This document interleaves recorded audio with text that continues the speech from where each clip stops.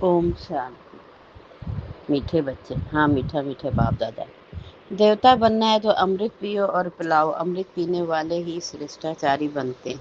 प्रश्न, इस समय सत्युगी प्रजा किस आधार पर तैयार हो रही है? उत्तर, जो इस ज्ञान से प्रभावित होते हैं बहुत अच्छा कहते हैं, लेकिन पढ़ाई नहीं पढ़ते, मेहनत नहीं कर सकते, वह प्रजा बन जाते हैं।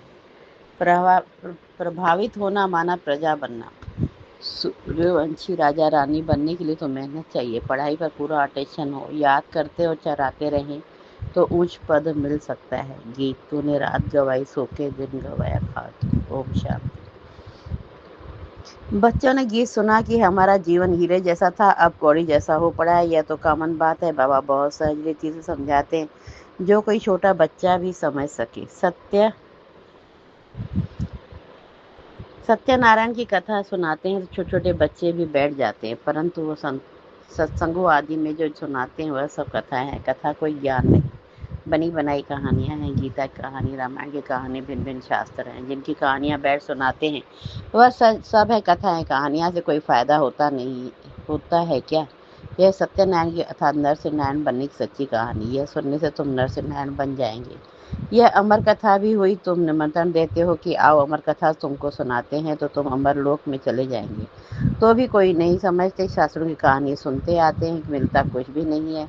जाएंगे लक्ष्मी नारायण के मंदिर में, चलो दर्शन करके आए, महात्मा का दर्शन कर आए। यह एक रस्म रिवाज चली आई है। ऋषि मुनि आदि जो होकर गए हैं उनको माथा टेकते आए हैं। पूछो रचता और रचना की कहानी का पता है? तो कहेंगे नहीं। अभी तुम बच्चे समझते हो कि यह रचता और रचना की कहानी तो बहुत सहज है, अलग और बे की कहानी है। भले प्रदर्शनी में जो आते हैं वे कहानी तो ठीक सुन लेते हैं, अर्थात पवित्र नहीं बनते। समझते हैं कि विकारों में जाने की रस्म रिवाज भी अनादि है। मंदिर में देवताओं के आगे जाकर गाते हैं, आप संपूर्ण निर्विकारी हो, फिर बाहर आकर कहते हैं विकार में जाना तो अनादि है। इस बिगड़ दुनिया कैसे चलेगी? लक्ष्मी नारायण आदि को भी तो बच्चे थे ना, ऐसे कह देते हैं। तो ऐसे को क्या कहें? मनुष्य का कल लकब मर्तबा तो दे न सके। देवताएं भी मनुष्य थे, कितने सुखी थे लक्ष्मी नारायण के राज्य में।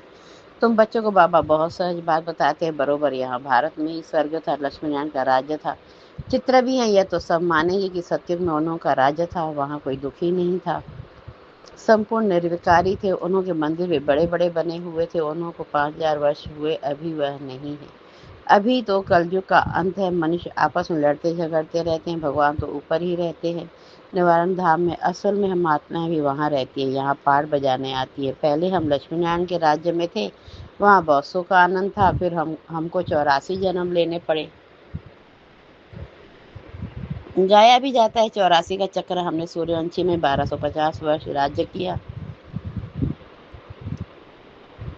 वहाँ अथाह सुख था, संपूर्ण निर्विकारी थे, हीरे जवाहरात के महल थे। हमने राज्य किया, फिर 84 जन्म में आना पड़े। यह वर्ल्ड की हिस्ट्री जोग्राफी का चक्र फिरता रहता है। आधा कल्प सुख था, राम राज्य में थे, फिर मनुष्यों की वृद्धि होती गई। सतयुग में 9 लाख थे, सतयुग अंत में वृद्धि होकर 9 लाख से 2 करोड़ हो गए। फिर 12 जन्म त्रेता में बहुत सुख चैन में थे, एक ही धर्म था। फिर क्या हुआ? फिर रावण राज्य शुरू हुआ। राम राज्य और रावण राज्य देखो, बहुत सहज रीति से समझाता हूँ, छोटे छोटे बच्चों को भी ऐसा बताना चाहिए। और क्या हुआ? बड़े बड़े सोने हीरे जवाहरातों के महल अर्थक्वेक में अंदर चले गए। भारतवासियों के विकारी बनने से ही अर्थक्वेक हुई। फिर रावण राज्य शुरू हुआ, पवित्र अपवित्र हो गए। कहते भी हैं सोने की लंका अंदर चली गई, कुछ तो बचा होगा ना, जिससे फिर मंदिर आदि बनाए होंगे। भक्ति मार्ग शुरू हुआ, मनुष्य विकारी होने लगे। फिर रावण राज्य चला तो आयु भी कम हो गई। हम विकारी योगी से विकारी भोगी बन गए। यथा राजा रानी तथा प्रजा सब विकारी बन गए। यह कहानी कितनी सहज है। छोटी छोटी बच्चियां भी यह कहानी सुनाए तो बड़े बड़े आदमियों का मुंह नीचा हो जाए। अभी बाप बैठ सुनाते हैं, वही ज्ञान का सागर पतित पावन है। अच्छा, द्वापर में भोगी पतित बन गए, फिर और धर्म भी शुरू होते गए। अमृत का जो नशा था वह खल्लास हो गया, लड़ाई झगड़े होने लगे। द्वापर से लेकर हम गिरे, कलयुग में हम और ही विकारी बने। पत्थर की मूर्तियां बनाते रहे। हनुमान गणेश जी की पत्थर बुद्धि होने लगे तो पत्थर की पूजा करने लगे, समझते कि भगवान पत्थर ठिकर में है। ऐसे करते करते भारत की यह हालत हो गई। अब फिर बाप कहते हैं विष छोड़ अमृत पीकर पवित्र बनो और फिर राजा ही लो।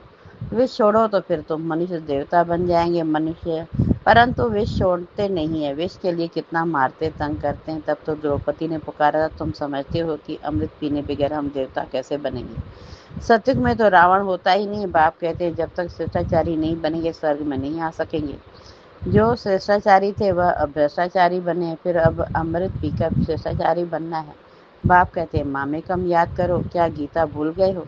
गीता रची मैंने, नाम डाला श्री कृष्ण का। इन लक्ष्मी नारायण को यह राजाई किसने दी।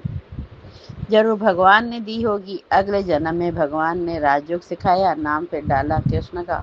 तो समझाने की प्रैक्टिस करनी चाहिए। बहुत सहज कहानी है। बाबा को कितना समय लगा, आधा घंटे में इतनी सहज बात भी समझ नहीं सकते। इसलिए बाप कहते हैं सिर्फ एक छोटी कहानी बैठ किसको समझाओ। हाथ में चित्र लो। सतयुग में लक्ष्मी नारायण का राज्य, फिर त्रेता में राम सीता का राज्य, फिर द्वापर में रावण का राज्य। कितनी सहज कहानियां। बरोबर हम देवता थे, फिर क्षत्रिय वैश्य शूद्र बने, फिर वाम। अभी अपने को देवता न समझने के कारण हिंदू कह देते हैं। धर्म भ्रष्ट कर्म श्रेष्ठ से धर्म भ्रष्ट कर्म भ्रष्ट बन पड़े हैं। ऐसी छोटी छोटी बच्चियां बैठ भाषण कर तो सारी सभा में हियर हियर हियर हो जाए। बाबा सभी सेंटर वालों को सुना रहे हैं। अब यह बड़े बड़े नहीं सीखते हैं तो छोटी छोटी कुमारियों को सिखाओ। कुमारियों का नाम भी है। दिल्ली बॉम्बे में बहुत अच्छी अच्छी कुमारियां हैं, पढ़ी लिखी हैं। उनको तो खड़ा हो जाना चाहिए। कितना काम कर सकती हो। अगर कुमारियां खड़ी हो जाए तो नाम बाला हो जाए। साहूकार घर की जो वह मुश्किल हिम्मत रखती है। साहूकारी का नशा रहता है, दहेज आदि मिलता है तो बस कुमारियां शादी कर काला मुंह कर देती हैं। सबके आगे झुकना पड़ता है। तो बाप कितना सरल समझाते, परंतु पारस बुद्धि बनने का ख्याल भी ही नहीं आता। देखो जो नहीं पढ़ते हैं वह भी आजकल MPL MLA आदि बन गए हैं। पढ़ाई से तो क्या क्या बन जाते हैं। यह पढ़ाई तो बहुत औरों को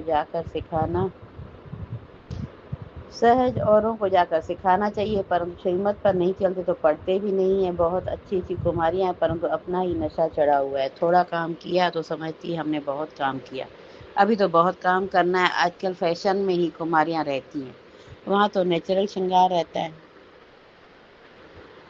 यहाँ तो कितना आर्टिफिशियल श्रृंगार करते हैं। सिर्फ बाल बनाने में ही कितने पैसे देते हैं। यह है माया का पाप का फॉल ऑफ माया। रावण राज्य, फिर राइज ऑफ राम राज्य। अब राम राज्य स्थापन होता है, परंतु तुम मेहनत तो करो ना। तुम क्या बनेंगे। हम अगर पढ़ेंगे नहीं तो वहां जाकर पाई पैसे की प्रजा बनेंगे। आजकल के बड़े बड़े आदमी वहां की सब प्रजा में आ जाएंगे। साहूकार लोग सिर्फ अच्छा अच्छा कह अपने धंधे में लग जाते हैं, बहुत अच्छा प्रभावित होते हैं। फिर क्या, आखिर क्या होगा। वहां जाकर प्रजा बनेंगे। प्रभावित माना प्रजा। जो मेहनत करते हैं वह राम राज्य में आ जाएंगे। समझानी तो बहुत सहज है। इस कहानी के नशे में कोई रहे तो बेड़ा पार हो जाए। हम शांति धाम में जाएंगे, फिर सुख धाम में आएंगे। बस याद करते करते करते कराते रहना है, तभी ऊंच पद पाएंगे। अटेंशन पढ़ाई पर देना है। चित्र हाथ में हो। जैसे बाबा जब लक्ष्मी नारायण को की पूजा करते थे तो चित्र जेब में पड़ा रहता था। चित्र छोटे भी थे, लॉकेट में भी हैं। उन पर समझाना है। यह है बाबा, उन द्वारा वर्षा मिल रहा है। अब पवित्र बनो। बाप को याद करो। कितनी नॉलेज है इन मेडल्स बैच में, इनमें सारा ज्ञान है।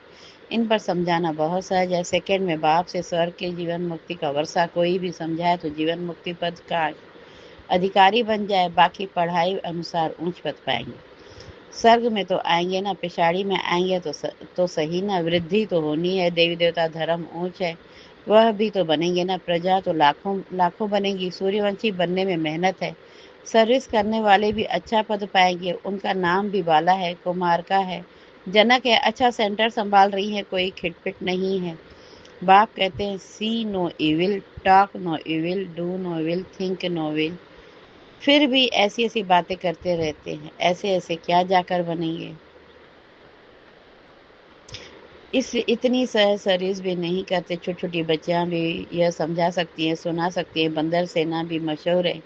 सीताएं तो रावण की जेल में फंसी हुई हैं, उन्हों को छुड़ाना है। कथाएं तो क्या क्या बना दी हैं। ऐसे ऐसे कोई भाषण करे। बाकी सिर्फ कहते हैं फलाना बहुत प्रभावित हुआ। पूछो तुम क्या बनना चाहते हो। सिर्फ दूसरों को कहेंगे इनका ज्ञान बहुत अच्छा है, खुद समझते कुछ भी नहीं है। इससे क्या फायदा। अच्छा, मीठे मीठे से खिलौने बच्चों को तीन माता पिता बाप दादा का याद प्यार गुड मॉर्निंग नमस्ते नमस्ते। रूहानी बाप की रूहानी बच्चों को नमस्ते। और हम रूहानी बच्चों की रूहानी बाप दादा को याद प्यार गुड मॉर्निंग नमस्ते नमस्ते। शुक्रिया बाबा, शुक्रिया शुक्रिया। धारणा के लिए मुख्य सार। पहली पॉइंट, पारस बुद्धि बनने के लिए पढ़ाई पर पूरा पूरा ध्यान देना है। श्रीमत पर पढ़ना और पढ़ाना है। हद की साहूकारी का नशा, फैशन आदि छोड़ इस बेहद सेवा में लग जाना है। दूसरा, hear no evil, see no evil, do no evil think. कोई भी व्यर्थ बातें नहीं करनी है, किसी पर प्रभावित नहीं होना है। सबको सत्यनारायण की छोटी सी कहानी सुनानी है। वरदान, नए जीवन की स्मृति से कर्मेंद्रियों पर विजय प्राप्त करने वाले मर्जीवा भव। जो बच्चे पूरा मर्जीवा बन गए हैं उन्हें कर्मेंद्रियों की आकर्षण हो नहीं सकती। मर्जीवा बने अर्थात सब तरफ से मर चुके। पुरानी आयु समाप्त हुई। जब नया जन्म हुआ तो नए जन्म नए जीवन में कर्मेंद्रियों के वश हो कैसे सकते। ब्रह्म कुमार कुमारी के नए जीवन में कर्मेंद्रियों के वश होना क्या चीज होती है, इस नाले से भी परे। शूद्र बन का जरा भी सांस अथवा संस्कार कहाँ अटका हुआ न हो।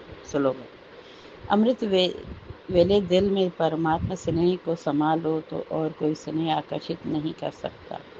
ये अव्यक्त इशारे महान बनने के लिए मधुरता और नम्रता का गुण धारण करो।